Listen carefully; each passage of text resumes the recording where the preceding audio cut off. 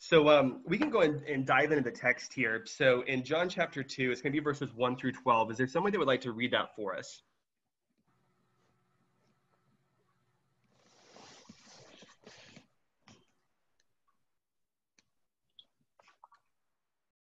Sure, I can. I lost it. You said John 12, right? Oh, yeah, here we go. John 2, verses 1 through 12. 1 through 12. Yep. Right. And the third day, there was a marriage in Cana of Galilee, and the mother of Jesus was there. And both Jesus was called and his disciples to the marriage. And when they wanted wine, the mother of Jesus said to him, "They have no wine." Jesus said unto her, "Woman, what have I to do with thee? Mine hour is not yet come." His mother said to the servants, "Whatsoever he says unto you, do it." And there were set there 6 water pots of stone, after the manner of the purifying of the Jews, containing 2 or 3 firkins apiece. Jesus said unto them, "Fill the water pots with water." And they filled them up to the brim. And he said unto them, "Draw out now, and bear unto the governor of the feast." And they bare it. When the ruler of the feast had tasted the water that was made of wine, and knew not whence it was, but the servants which drew the water knew, the governor of the feast called the bridegroom, and said unto him, "Every man at the beginning does set forth good wine, and when men have well drunk, then that which is worse. But thou hast kept the good wine until now." This beginning of miracles did Jesus in Cana of Galilee, and manifested forth his glory, and his disciples believed on him. After this, he went down to Capernaum, he and his mother, and his brethren, and his disciples, and they continued there not many days. Great. Thank you, Anthony. You're welcome. So as we read that, I'm curious, what do you find strange about this story? Or things that just kind of stick out that don't seem like they really belong there? This is for everybody. The water jars were specifically for cleaning. Yep. So the Jewish purification jars, absolutely.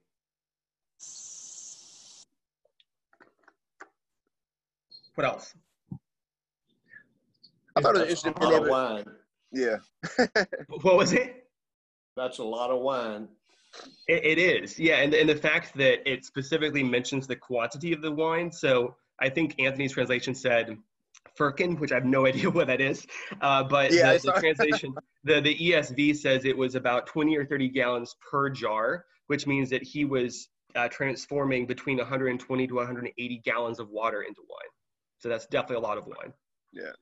The thing that is strange to me is that why would Jesus' mother think that it was his responsibility Yep, to be the one to take care of it, absolutely. I find Jesus's words take care of the problem that the person had. Yep. Right. The way he talks to his mother is a little surprising. Woman? Yeah, absolutely. Okay. Yep. Anything else?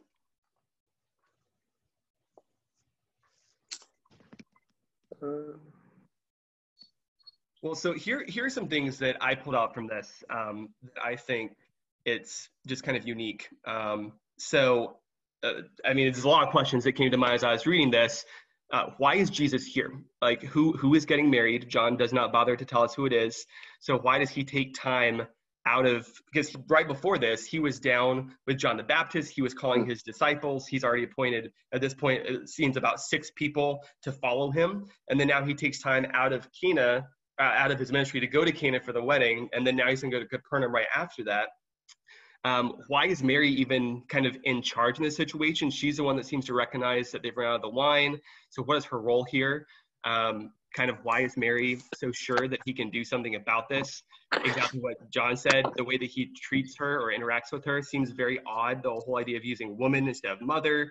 And then the phrase, "my time has not yet come." And that phrase appears a lot throughout John, and it appears the first time here. And then why does it seem that, like, as soon as he says, basically, don't get me involved in this, then immediately Mary then goes and says to the servants, do whatever he tells you. So it's almost like she's ignoring him. And then the quantity of water that's been pointed out, that was mentioned. And then also of all the ways that Jesus could kind of take his ministry public and really reveal his divinity for the first time. Why is it here? Why is it at a wedding? Why is it with the wine? There's all those things to me stand out as very unique in this story. And my goal is actually get a chance to kind of hit all of these in our discussion today. So just give a little bit of, I guess, kind of geographic background for this. So you can have an idea of kind of where this all was taking place. So we have Nazareth, where we know Jesus was kind of raised. And then this is where Cana would have been. And then he would have been coming from the Jordan Valley where John the Baptist was, which would have been kind of over here on this part. And then from Cana, they're going to be going up to Capernaum right after. So he really did have to kind of journey a little bit out of the way to go from where he had been with John the Baptist over to Cana to then get up to Capernaum. So there's a very specific reason that he's choosing to take the time to go to this event. And really kind of with that, I think it leads to a discussion of who's getting married. So let me preface this with, this is complete speculation because, like I said, John didn't choose to tell us who it was that was getting married. For whatever reason, he decided that was not important in the narrative. But I think there are some clues here that can give us a general idea of who it may have been. So it specifically says at the beginning of this text that Jesus and his disciples were invited to the wedding. So either Jesus or somebody in the disciple group must have known these people getting married in some capacity. But then we also know that Mary and Jesus' brothers and the sisters were there. So it talks about his brothers, but the translation of brothers here can also mean and sisters. And we also know in that day and age, like it wouldn't have been Mary and the brothers going and leaving the sisters at home. So the whole family would have been there for this event. And we know they're there because in verse 12, it says that the whole family travels to Capernaum once the wedding is over. And then for some reason, we have Mary here serving in this official type of capacity. So she's not the headmaster, but she's in some way involved in this because she's the one that notices that the wine is running out. And then we also see later on in John's narrative that Cana becomes an important place for Jesus to kind of go back to throughout his ministry. And so in Mark, Capernaum becomes this place that almost is like a refuge for Jesus at times, or a place he can kind of retreat to. Well, Cana becomes that place for Jesus a couple times in John, which kind of lends itself to the idea that he must have known people there for him to have a place to stay. And then we know the bridegroom must be from Cana because the Jewish weddings would take place wherever the bridegroom was from. And then we have this character Nathaniel, and Nathaniel's kind of unique because he's only really referenced in John.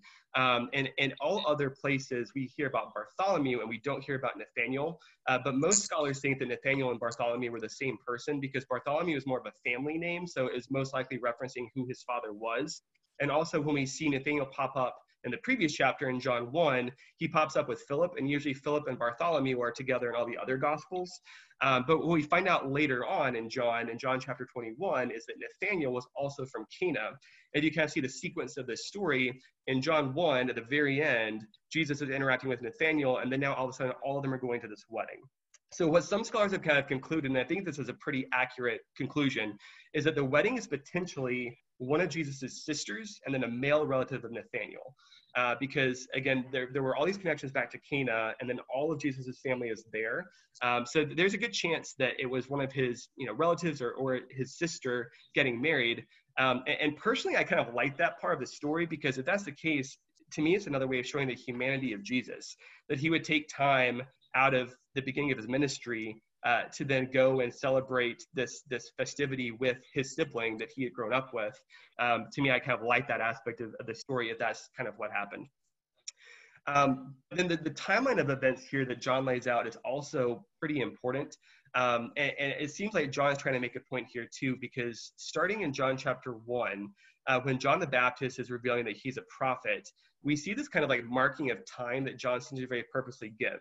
So in day 1, John the Baptist is talking about being a prophet. Then in day 2, John identifies Jesus as the Son of God.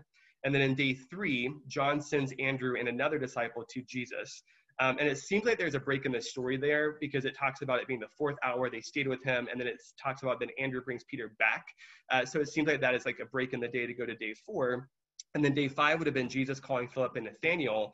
And then it says in John chapter 2, verse 1, on the 3rd day, which would have made this in the sequence of events, it would have been day 8. And day 8 in Jewish tradition is actually a really important number, because in Jewish tradition, it represents completion. because there were the 7 days of creation, and then the 8th day would have been the creation of a new week. But then also, as we know, for the Christian tradition, the 8th day is important because the Sabbath would have been day 7, so the resurrection would have happened the first day of the week, but the 8th day in the story. The 8th day was also the day that the Jewish males were circumcised, the 8th day after they were born. So the number 8 represents a lot in Jewish tradition. And then this is also the very last time, so this being the day 3 here, is the last time that John mentions a specific day until the resurrection. And we know this echo of like on the 3rd day for anybody that's reading this, because we can assume that a lot of John's readers would have known the other gospels, and that John also would have known the other gospels as well, because you have the synoptics and then you have John's gospel. And so if that's the case, then this on the 3rd day, as soon as they read this should be making them think back already to the resurrection. So it's kind of interesting that the very start of his ministry is already being kind of like, calendared in this way, referencing the 3rd day of the week. So I want to pause here for a second. So any thoughts on this?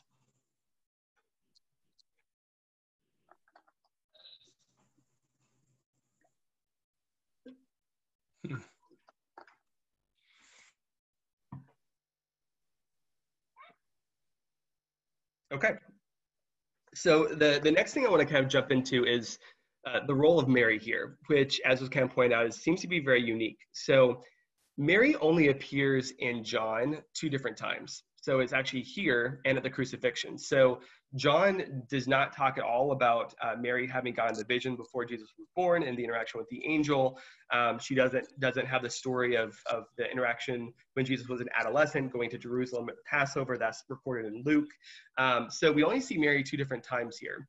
And this is also the only time that's recorded where Mary is present at the first miracle that Jesus performs. So one thing that I really am kind of curious about, because there's no evidence that Mary has ever seen Jesus perform a miracle before the wedding. But what we do know from the story in Luke chapter 2 is that when they return to Jerusalem for the Passover, when Jesus is an adolescent, that they find Jesus, and he's been teaching in the temple, and people are surprised by his sophistication of answers and how much he knows about the teachings. And in Luke, it says that she stored or treasured up all these things in her heart. So I'm curious, do you think that Mary knew what Jesus could do?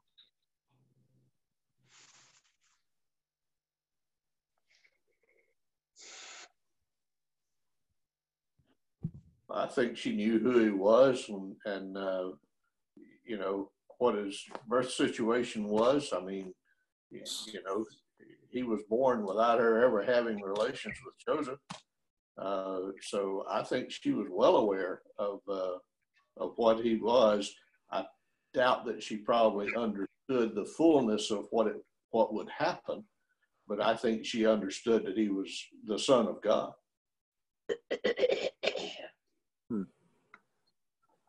Yeah. Hey guys, it's Mark. Yeah, I would agree with that, and I think Mary's, Mary's the one at the temple when Jesus has disappeared for 3 days. She's the one who gives him the tongue lashing. You're like, boy, where have you been? Yeah. So I mean, and as you noted, she treasured these things up in her heart. I think Mary was probably one of the primary sources for persons who were writing the gospel. In other words, there are some things that are in the gospels that the gospel writers, the Holy Spirit could have just revealed it, but they were interviewing people. There were things that probably Mary was able to relate, and specifically herself. Right. I think because we see the humanity of Jesus throughout the story, and we see him marveling, getting angry, being surprised. We see a whole range of emotions. I think it's not outlandish to think that maybe Mary was, as a mother does, pushing Jesus gently because she did know he was ready to begin his ministry, and she knew he was capable of doing what he did.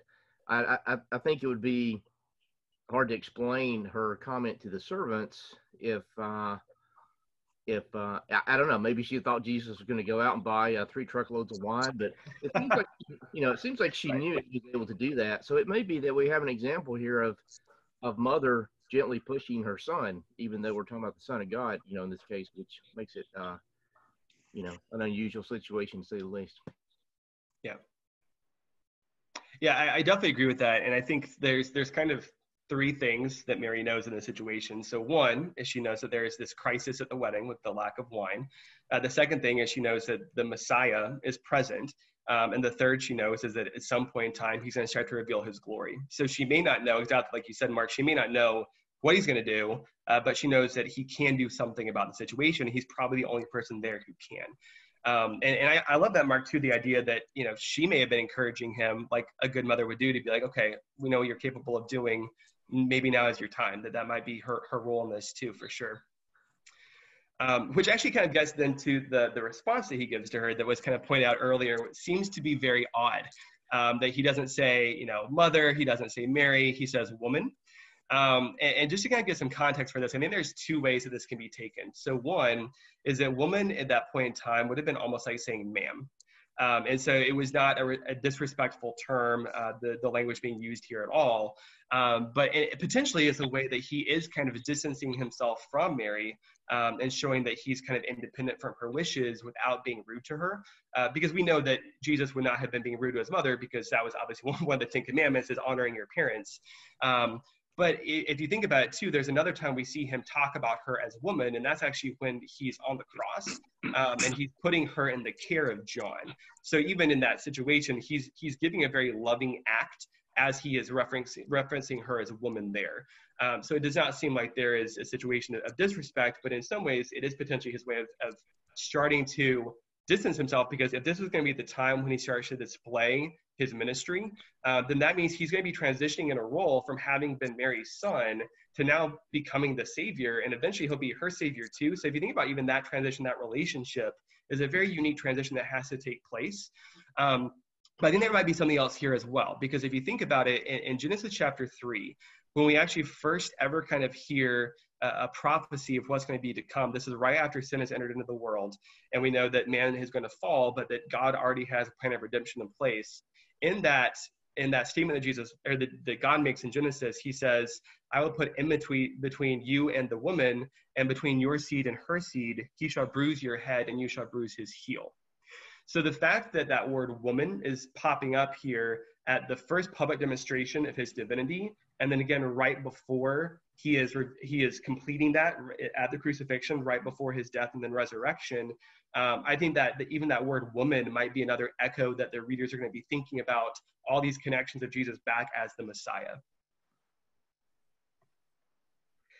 Then the next phrase that pops up that is kind of interesting here is him saying, my hour has not yet come. And this whole idea of an hour coming pops up a lot in John. So there's at least 7 different times when he references that there's an hour coming and things are going to be changing essentially in like the kingdom of God. So one of the places we see that is John chapter 4, verse 21. So this is the woman of the well. He makes a statement, the hour is coming when neither on the mountain nor in Jerusalem will you worship the Father. The hour is coming and is now here when the true worshipers will worship the Father in spirit and truth. So we know that that's happening as well, but there's another piece of this too, where throughout John, there is a reference to Jesus himself having a very specific hour. And then frequently the phrase, my hour or his hour has not yet come, pops up. So for instance, in chapter 7, verse 30 and chapter 8, verse 20, those are 2 different times the Pharisees want to arrest him for what he's doing. But specifically the text says, but his hour had not yet come. And so what we end up seeing as the text continues throughout John is that the hour is referencing his crucifixion and his resurrection. So the fact that the first reference to hour precedes Jesus bringing forth wine at Cana, and then the fact that in the crucifixion, we know that Jesus' blood becomes the new wine of salvation through the Lord's Supper. And even the very last time that hour is referenced is in chapter 19, verse 27. That's right after Jesus put Mary in John's care. That's the last time it talks about an hour. And then 2 verses later, Jesus actually asks for a drink and they give him wine. So it seems like this whole idea of the hour coming and then this whole connection back to wine, that keeps on popping up throughout John as well quite a bit. It Another piece of this is, go ahead, sorry. No, I was just going to say that always, it also appears that Jesus' life was planned out by God in advance as to what he would do, when he would do it, when all these things would take place down to the very moment that they would happen. And that's an amazing thought to think about, because of, if you think about our lives, nothing like that, Right. And that's actually kind of a perfect segue, Joseph, into this next part as well, because in some ways, the way that John chose to write this and include these things is very much foreshadowing what's to come without the people present knowing that it's foreshadowing. So that's actually just, in general, like a good kind of literary technique, is to kind of give these markers that then when you go back and look at it, you're like, oh, it was showing us this the entire time. So I'm actually going to reference Harry Potter here. If any of you have not read Harry Potter or not seen Harry Potter and plan to, like, mute your computer for a second, because there's going to be some spoilers coming. But so I'm a big fan of Harry Potter, and there's a main character in it, Snape, who for most of the books, it seems like he's a villain in different ways until the very, very, very last book, the very last kind of piece of the story is revealed that he actually was trying to help the main character the entire time. And then when you go back and read it and look at it, you're like, oh, there are all these examples here of where you saw that taking place. And it's interesting because here at the wedding, we see that where Jesus is already foreshadowing what's to come, that his death is coming. But if you kind of think about it, there needed to be a way that Jesus revealed himself to his disciples to get them following him and not just abandoning him from the get-go. Because if he had started off his ministry by saying, hey guys, I'm going to die, but also I'm the Messiah, that would have been very, very difficult for them to accept. Because the whole Jewish expectation around the Messiah at this time was the Messiah was going to be somebody who was going to conquer, was going to rule, and not going to be dying. And so if he started off by saying, I'm going to die, but I'm also the Messiah, that would not have fit for what people were expecting. It would have been very difficult to develop followers that way. So, and we see this in the other gospels as well, is that Jesus reveals himself in power to be the Son of God, but then he slowly starts to also explain, I'm going to die. And even up to the very end, the apostles don't want to accept that. And so it's interesting here that, so Jesus is foreshadowing it. Us as readers, we know that. The people there do not know that. Mary does not know that. But then in verse 11, what he does in this entire story by actually changing the water to wine, it says that this sign actually gets the disciples to believe in him, because really what it's showing is that he can take care of them. Because that's probably a question that they had as they started to follow him, because this would have been true for anybody at that time who was following a teacher like Jesus, would have been like, how are we going to be taken care of? Like, they're leaving their jobs, they have to rely on people's generosity and on the leader himself. And what Jesus shows here is that he was able to give not just wine, but an abundance of wine, and the very best wine. And it's interesting because if you think about the way the story plays out, not many people knew that Jesus was the one doing this. So like whenever the wine is actually revealed, it's basically like the leader of the party and then the bridegroom essentially take responsibility, or I guess take credit for this. And Jesus is never given the credit, but behind the scenes, his disciples see that it was him that did this. And so already he's able to show them that he can take care of them. And then down the road, they're going to be starting to understand better that he's going to be killed as well. So talking about the party specifically, and kind of, why this might be an, I guess, event that we see as being talked about quite a bit here. The Jewish wedding was a really big deal. The Jewish weddings were actually 7 days. It was frequently the high point of the couple's life, simply because of the fact that the people in that area were very poor for the most part. And so this would have been one of the times when really they get celebrated, they're given gifts, all kinds of things. And I mean, there wasn't the idea of like a honeymoon at that point in time. So I mean, this was it. The 7 days, people came to your house, they celebrated with you. The bride was actually paraded throughout the village beforehand, then brought to the bridegroom's house. The bridegroom's family was the one hosting the event. So if any of you have daughters and you're wondering, like, why now do the women have to pay for it? Great question, because in the past, it was always the men's family that had to take care of the entire thing. And wine here as well was a representation of joy and celebration. So it wasn't drunkenness, because the Pharisees especially would have had a lot of problems with that, obviously, with people getting drunk. But wine was drunk there. It was an example of joy and celebration taking place. And the flip side of that was that if you as a family ran out of wine, that would have been a huge source of shame for your family. In fact, the relatives of the bride could sue the bridegroom's family if they ran out of wine for shaming the entire family. So it was a really big deal to be running out of wine at this event.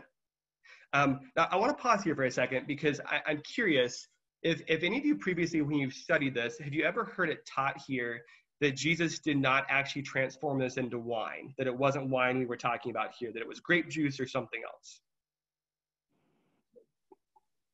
No. Yes, all the time. I've heard it said that it wasn't pure wine. Yes. It was watered down. Yes. But it couldn't possibly be watered down if it was real good wine. It was the best. Right. Yeah. And I think that exactly what you said, Joseph. And, you know, because I've heard it a couple times before. And you know, it was funny because I was talking to my brother and sister-in-law about teaching this class, and they both told me that they had heard it many times before. And exactly what Joseph said, because as the story continues, when it gets to the part in verse 10, where the master of the feast is talking about the wine, he even references the fact that people knew then that the custom was to give people the best wine at the beginning until they got a little tipsy, and then you brought out the bad wine, because at that point people aren't as aware, they don't care as much, so the festivities can continue, but it's not as expensive. Whereas in this case, whatever wine is being brought out is the best quality wine they could get access to. So it is definitely wine that we're talking about here, but again, it wasn't in the manner of people there trying to get drunk. It was just joy and celebration with the entire family. But they did get drunk on it. Yes, yeah, that is true. They were enjoying themselves. But So one thing I want to point out here too that I think is Hey, very, Clark. yeah, I think it's interesting that if they were truly, if Jesus had to make 120 to 180 gallons, either they massively underestimated the number of people that were coming or how much they were drinking, because it seems like if it was such a shame to run out, they weren't, you know, a couple gallons short. They weren't running out at the very end. It sounds like they were way off. So either that gets to a poverty issue or a planning issue. yeah. And that's, go ahead, sorry. Let me ask you this question. The fact that they ran out, it talks about on the third day, is that the third day of the wedding? You wouldn't think they'd run out on the first day if it's going to last 7 days. Would that be a possibility that this is the third day of the wedding feast and then they ran out of wine? So I guess possibly, Joseph, I didn't read it that way, because in verse 1, at least the translation that I'm using, the ESV, it says, on the third day there was a wedding at Cana. And it would seem strange to me that if Jesus was invited, he would show up late to the wedding. So I mean, possibly, but I think it was more talking about the third day after the events that had come from the end of John chapter 1. But so to that point as well, about either they massively underplanned or it was a reflection of the poverty, that is very, very, I think, accurate, and also kind of leads into this next piece here as well, is because if you think about it, the head waiter role and the bridegroom role are very specific in Jewish weddings. So the head waiter role, that person's job is to monitor the festivities, and if there are any issues, they're supposed to say handle them. They're supposed to handle the issues, and they only notify the bridegroom if absolutely necessary. And the bridegroom's responsibility was to make sure, well, the bridegroom and his family, was to make sure that there were enough supplies for the wedding to take place, and that it was going to be a great celebration. The full 7 days could be covered, and they'd be able to enjoy that. So in this story, the wedding roles change a little bit, though, because who is filling the head waiter role in this story? Mary. Mary is, exactly. And then who's filling the bridegroom role?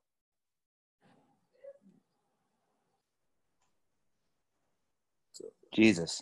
Jesus does, exactly. And I think it's very interesting that this is an act where we see Jesus acting as the bridegroom, literally, because throughout the Gospels, Jesus is referenced as a bridegroom, and specifically in John, he's referenced that way multiple times. Even in the very next chapter, John the Baptist refers to Jesus as a bridegroom. He refers to himself as a friend of the bridegroom. And we know that that's a lot of symbolism that we'll see take place throughout the Gospels for Jesus. And here at this wedding, we actually see him filling that role. And in some ways, you know, what scholars have seen with this is that this is a way of showing that even when we as people are underprepared in our lives, that there are ways that we will see Jesus come in and fill that need for us in ways that are abundant. And we'll talk about that here a little bit later on, the ways in which the Messianic prophecies promised abundance coming from Jesus.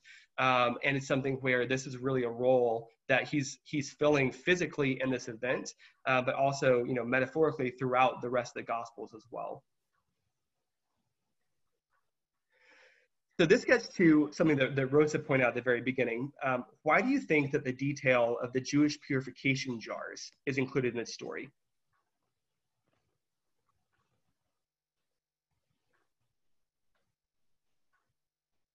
The fact that the water that they were using was coming from the jars that had been used for the Jewish purification rites.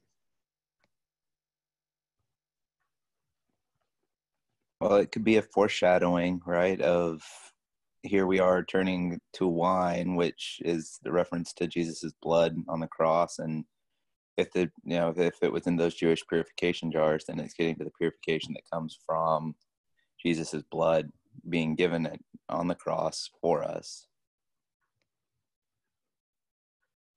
Yeah, definitely. Any other thoughts with that?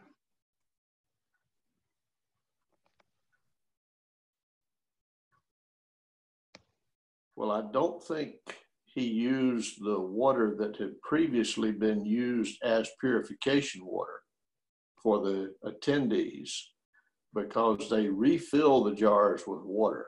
So this was fresh water. This was not purification water, or as fresh as water was in those days.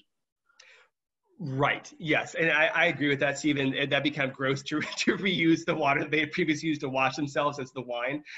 So yeah, it's definitely fresh water. But the fact that he points out that it was being used in the jars, I think is significant here. But I definitely agree with that as well, Steve.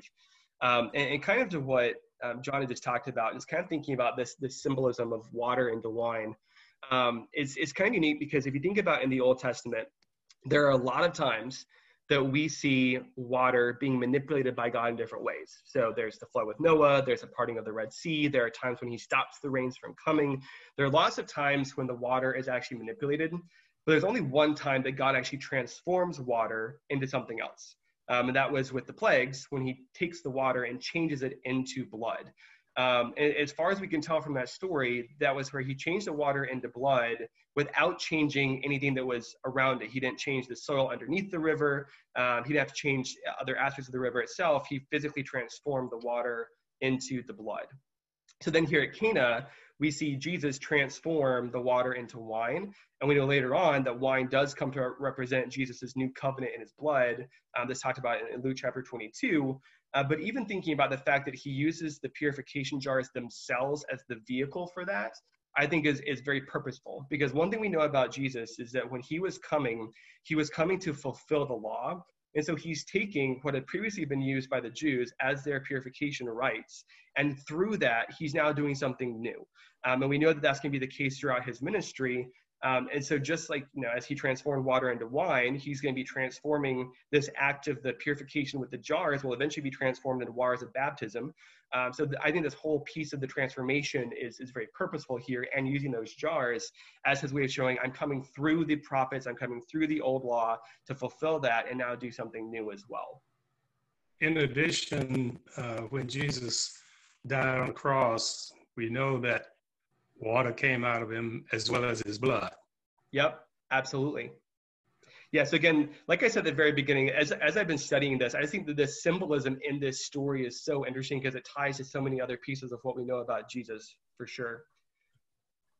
So why do you think Jesus chooses a wedding as his first place to perform a sign or a miracle?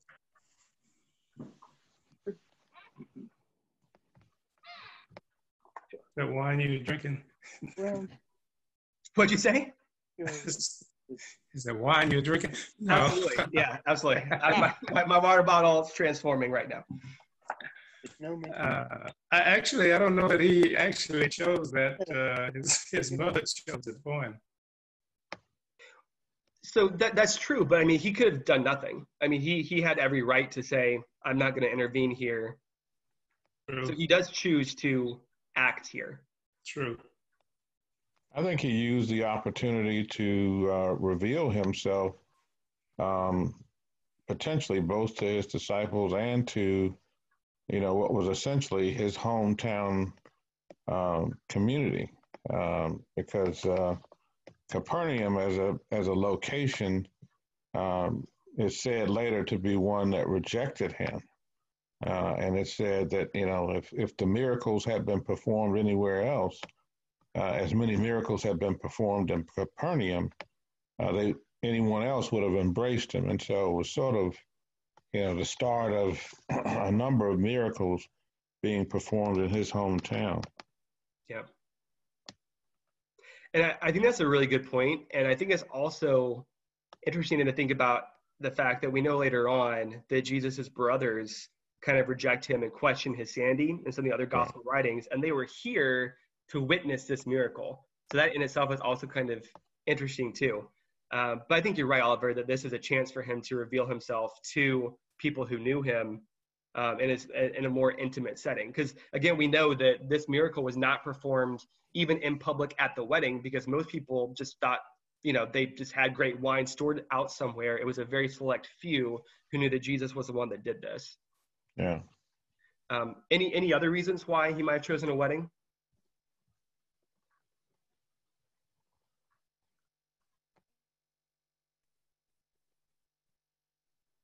Well, Jesus is the bridegroom of the church, so maybe it's kind of a foreshadowing. Yeah, I definitely agree with that, Rosa. I think there's some more foreshadowing happening here, and I think it's kind of coming in two ways. So in one way, one thing we know in the Old Testament, in the prophecies about what the redemption of Israel was going to look like, there's actually a lot of wedding and marriage prophecies that come into play there.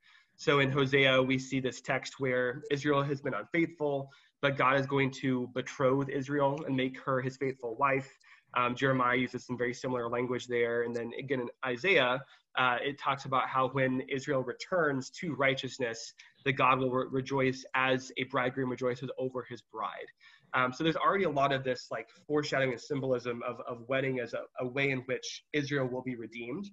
And then there's a lot of that in the New Testament as well. So if you kind of think about it in the New Testament, in Matthew, we see where the kingdom of heaven is compared to a wedding feast. Now, granted, that wedding feast did not go as it was necessarily supposed to, and who was invited was kind of unique in that situation, but it's still compared to that. And then there's that kind of long allegory in Ephesians chapter 5, where it compares Jesus as a husband and the church as his bride. In 2 Corinthians, Paul talks about having betrothed the church, the believers, to one husband, and that's referencing Christ. And then again in Revelation, and kind of the celebration taking place, we see this imagery of a marriage of the Lamb to his bride.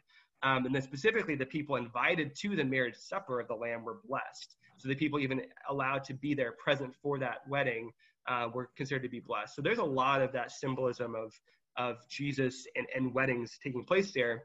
But even I think in a more basic way too, we know that God made the marriage covenant. That was always designed by him to be there. And so Jesus' presence and then kind of approval of this event just affirms the beauty and centrality of marriage as a covenant that's taking place. So he definitely is not replacing that. The marriage is still central among his believers. And then kind of thinking really, so what does this sign point to? Because we know that it's mentioned this was the first sign that was done, and the signs, because in John there are no parables, so he only uses signs or miracles. So what is it pointing to? I think there's a few things here. So one is John's theme of Jesus as creator. Because in the very beginning of John is the only one who goes back to the creation to talk about the fact that Jesus was there. All things were made through Jesus. We know Jesus is creating a new covenant. So the fact that his first miracle is an act of creation, of creating something completely brand new from the water, I think is very purposeful. Another piece of this is in John chapter 10, verse 10, Jesus talks about how the thief comes to kill and destroy, but how he comes so that people can have life and have it abundantly. And a lot of the messianic prophecies all reference this idea of like the bounty of the Lord and Israel enjoying the grain and the wine and the vineyards, and just how many blessings are going to come from Israel's restoration to God and then come through the Messiah. So the fact that at Cana, Jesus is not just giving wine, but he's giving an abundance of wine and the best wine. Yes, that helps him develop more disciples to follow him then, but I think it's also even more fulfilling of the messianic prophecies that we've had before as well. And then, really this transformation in this place is going from life of humanity to life of divinity. Because we know that Jesus was always divine, even in birth, but up to this point, he's lived more of that kind of human side. So this is the first time that he's going to be revealing his divinity to anybody. So kind of like Oliver said, the fact that he chooses a more intimate setting, his family is there, just a few of his disciples, is kind of unique in that case.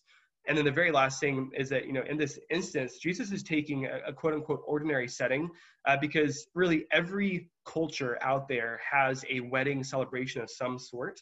And so the fact that he took this kind of ordinary setting, and we know that he attends other feasts and celebrations throughout his ministry, but he took that setting to then create supernatural blessings.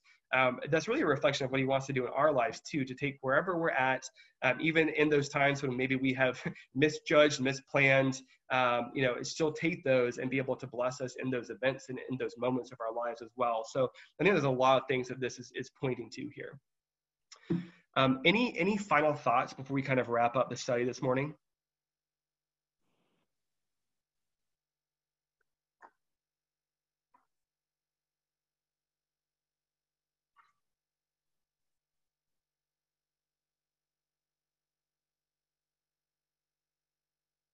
All right, well, so next week, we're going to be covering Luke chapter 4, verses 1 through 37. The title is Driving Out an Evil Spirit. So if you can, go ahead and read that beforehand. That'd be helpful. John, do you know who's teaching next week? Is it John? It's John Bedwell. So he raised his hand. He's awesome. Oh, perfect. Okay, awesome. So John Bedwell will be teaching next week. So thank you for joining this morning. And if you're going to be at the church physically, I look forward to seeing you there. If not, definitely look forward to having you on the webcast, and have a great rest of your morning.